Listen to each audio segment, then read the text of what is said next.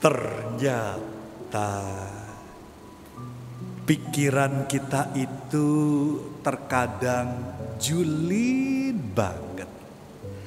Terutama kita itu pasti merasa gak seneng, gak rela, misalnya saja gak rela melihat orang bahagia, gak rela melihat orang sukacita, gak rela melihat hidup orang itu benar, gak rela juga melihat hidup orang lain itu baik adanya. Karena kalimat gak rela itu seolah-olah menjadi referen yang terus-menerus bergaung dan kita ulang dalam kehidupan kita. Maka kalau kita renungkan baik-baik, kalimat gak rela melihat orang seneng, melihat orang bahagia, melihat orang lain hidupnya baik, melihat orang lain hidupnya benar itu ternyata punya dua sisi yang terkadang itulah yang merasuki pola pikiran kita.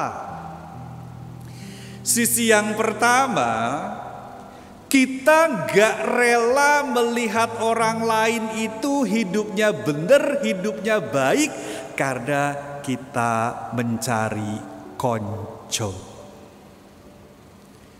Kita mencari teman, kita mencari haupeng. Kalau mau jujur, mengapa tadi saya mengatakan seringkali kita gak rela melihat orang hidupnya baik dan benar, dan kemudian saya katakan juga ketidakrelaan kita itu cuma mencari teman, mencari konco, mencari haupeng seperti itu. Kan hidup kita itu kalau mau jujur juga lebih banyak ancur-ancurannya kan, daripada tumbuh menjadi orang yang setia, hidup menjadi orang yang taat pada kehendak Allah, hidup mau menuruti jalan Allah dan lain sebagainya. Maka ketika melihat orang lain hidupnya benar itu gak rela supaya orang lain pun persis dengan saya. Kalau hidup saya penuh dengan kesalahan dan dosa, orang lain harus lebih parah daripada saya, sehingga saya punya teman yang benar-benar saling mendukung di dalam kesalahan. Kacau ya hidup kayak begitu. Sementara di sisi yang lain, kalau kita memang sudah belajar hidup benar, belajar hidup baik, terus melihat ada orang yang juga belajar hidup benar dan hidup baik, kita juga nggak rela. Karena kita seakan-akan ingin memonopoli, ingin mengklaim di dunia ini yang hidupnya benar cuma satu, saya doang. Orang lain kalau mau berbuat baik, kalau orang lain mau berbuat benar gak boleh, karena semuanya itu adalah hanya milik saya. Orang lain silakan ancur-ancuran aja. Itu malah lebih kacau lagi.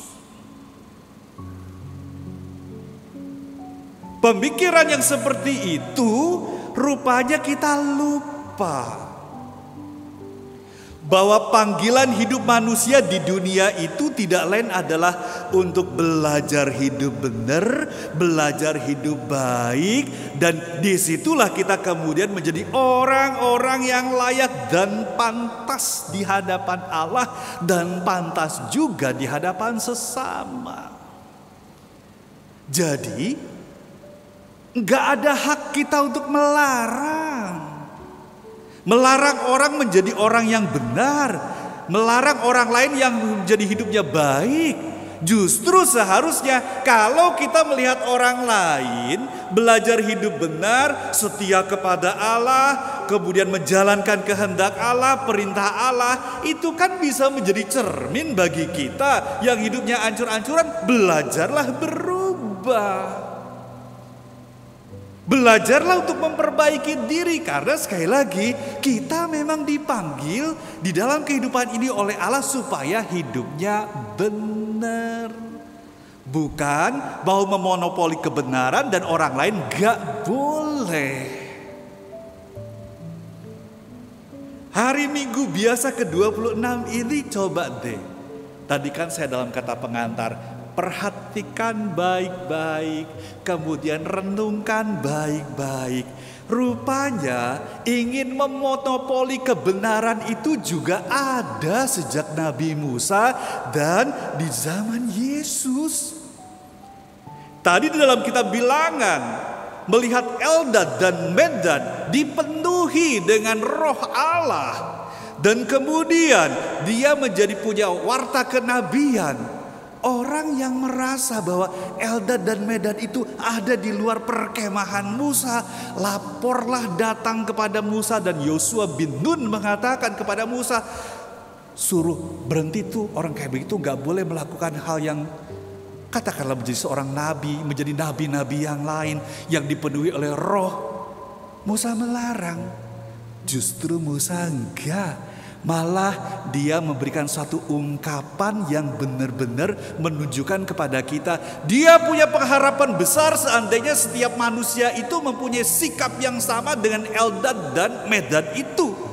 Musa mengatakan apa? Saya gak akan tanya, pasti lupa semuanya.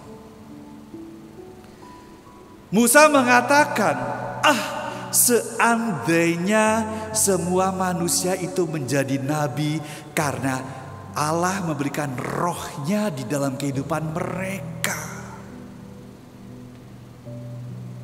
Musa enggak merasa tersaingi, tapi Musa merasa bersuka cita kalau seandainya setiap orang itu yang dipenuhi dan dianugerahi oleh roh Allah menjadi orang yang bisa memberikan kesaksian tentang kebenaran, tentang kebaikan, dan itu yang diharapkan oleh Musa. Dan mengapa Musa berharap seperti itu? Karena realitanya kita sampai sekarang pun hidup kita belum 100% atau katakanlah 99,9%